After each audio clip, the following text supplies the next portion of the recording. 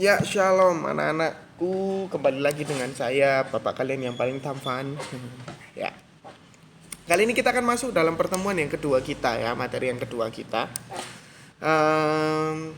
Yang masih ada kaitannya dengan tema yang pertama kita, yaitu indahnya mengampuni.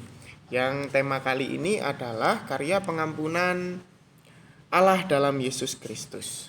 Yang kita ambil dalam ayatnya yaitu Efesus 4 ayat yang ke-32 dan Kolose 3 ayat yang ke-13.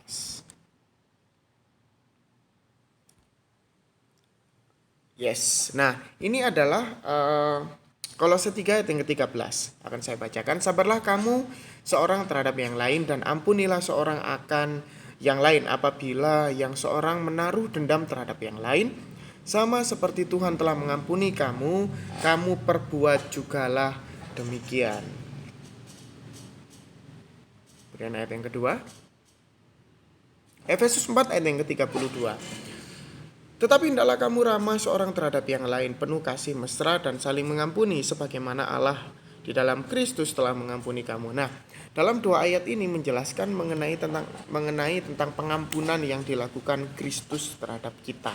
Nah, kita dituntut untuk kasih mesra dan juga mengampuni sesama kita dan juga ramah. Ya, dalam Efesus ini jelas sebagaimana Allah dalam Yesus Kristus telah mengampuni kamu. Ingat bahwa Kristus telah mengampuni kamu terlebih dahulu. Ya. Sekali lagi saya sampaikan bahwa Kristus telah mengampuni kamu terlebih dahulu sebelum kita mengampuni siapapun, ya. Karena kita yang terlebih dahulu menyakiti Allah. Ya, kita yang terlebih dahulu menyakiti Allah. Jadi oleh sebab itu, standar kita untuk mengampuni seorang terhadap yang lain adalah Kristus yang telah mengampuni kita. Kristus yang telah mengampuni kita. Kemudian yang selanjutnya adalah di sini ada cerita mengenai Gordon Wilson ya, bacanya Jordan ya, terserah kalian. Di sini menceritakan tentang sebuah kisah yang awalnya dalam yang tema yang pertama itu tokohnya adalah Nelson Mandela, sekarang yang kedua adalah Gordon Wilson, di mana menceritakan tentang sebuah kejadian anaknya atau Gordon juga terkena bom, kemudian mengakibatkan anaknya meninggal dunia, sehingga yang terjadi tentu seseorang pasti akan sakit hati mengenai itu. Namun anak dari Gordon Wilson ini sebelum meninggal dunia berbicara mengenai kasih, ya, mengenai kasih yang menimbulkan Gordon Wilson ini menyatakan bahwa saya akan mengampuni orang-orang yang bersalah kepada saya. Itu yang terjadi dan dapat kita simpulkan dalam cerita itu. Kalian bisa baca sendiri dan wajib membaca di halaman 10 di buku paket kalian. Dan di sini kita dapat mengambil sebuah kesimpulan bahwa kasih menjadi pemeran utama dalam konsep mengampuni. Sekali lagi, kasih menjadi pemeran utama. Dasar dari kita mengampuni adalah kasih. Ya, dasar dari kita mengampuni seseorang adalah kasih. Kemudian kasih itu berasal dari Allah sendiri. Sekali lagi, kasih itu berasal dari Allah sendiri. Kasih itu adalah anugerah yang diberikan kepada manusia. Karena natur manusia itu diciptakan baik, bukan diciptakan untuk berbuat dosa. Sekali lagi saya sampaikan bahwa kasih itu berasal dari Allah dan manusia itu diciptakan baik. Ya, diciptakan baik adanya. Bukan untuk berbuat dosa, namun berbuat baik. Nah, kemudian yang selanjutnya. Nah, pengampunan Allah. Pengampunan Allah dalam lanjutan ini, pengampunan Allah itu berasal dari inisiatif Allah sendiri. Saya sampaikan bahwa Tuhan mengampuni kita, Allah mengampuni kita itu bukan diminta oleh siapapun. Ya, awalnya bukan diminta oleh siapapun, dituntut oleh siapapun atau disuruh oleh siapapun, bukan.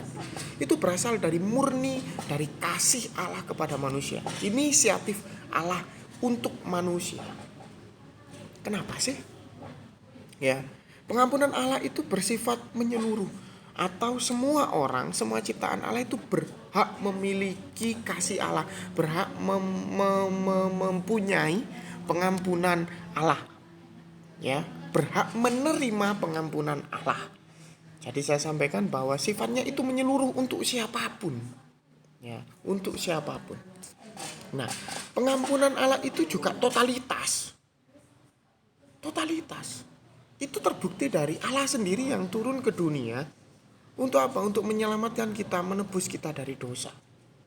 Terbukti dari Kristus sendiri yang turun ke dunia untuk menyelamatkan kita dari dosa.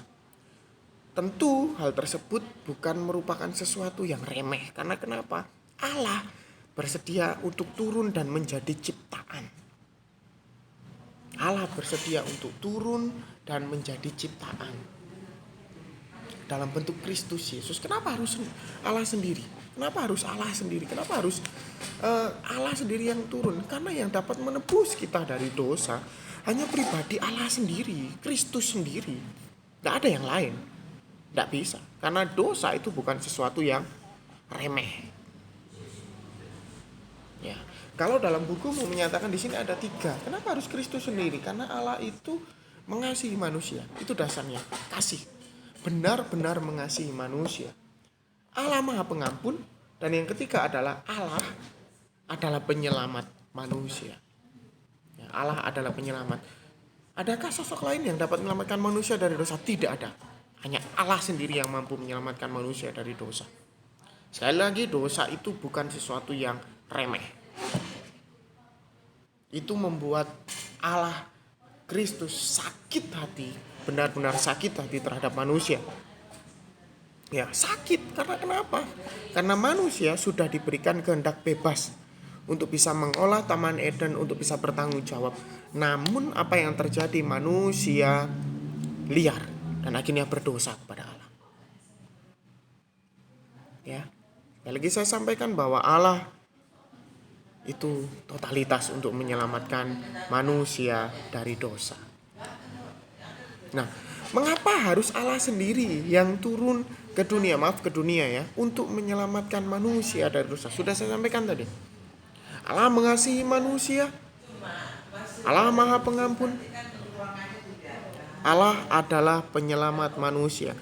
Allah itu punya kasih yang disebut dengan kasih agape, ya. Kalau kasih agape itu bisa dibilang kasih yang tanpa batas. Ya, kasih tanpa batas. Yang dimaksud dengan kasih tanpa batas itu adalah kasih tanpa syarat, kasih yang walaupun, kasih yang bisa dibilang kasih yang meskipun manusia itu berbuat dosa, meskipun manusia itu menyakiti hati Allah, tapi Allah tetap mengasihi manusia tanpa adanya syarat, tanpa adanya apapun, ya. Jadi itu yang disebut dengan kasih agape. Ya, bisa dibilang cinta kasih yang berasal dari Allah sendiri untuk manusia. Jadi mungkin itu yang bisa saya jelaskan. Jika nanti ada sebuah pertanyaan atau pertanyaan lain, bisa kalian tanyakan di kolom komentar YouTube nanti yang bisa kalian tulis, ya. Dan nanti jawabannya akan saya berikan kepada pertemuan yang akan datang. Terima kasih. Tuhan Yesus memberkati.